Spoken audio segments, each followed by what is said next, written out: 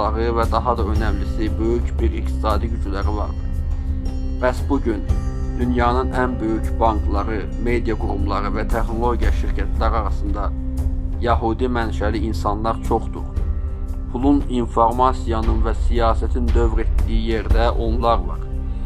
Əlbəttə, bütün Yahudilər zəngin deyil və ya güclü deyil. Ancaq tarixə və bugünə baxdığımızda bu xalqın necə böyük bir dönüş etdiyini görməmək mümkün deyil. Qırılan, sürgün edilən, soyqırıma uğrayan bir millət bugün dünyanın ən təsirli qruplarından biri halına gəlib. Və bəlkə də bizlərə düşən şey bu uğurun səbəblərini yaxşıca analiz edib öyrənməkdir. Çünki tarix yalnız izah edilməklə qalmaz, o həm də dərs verir.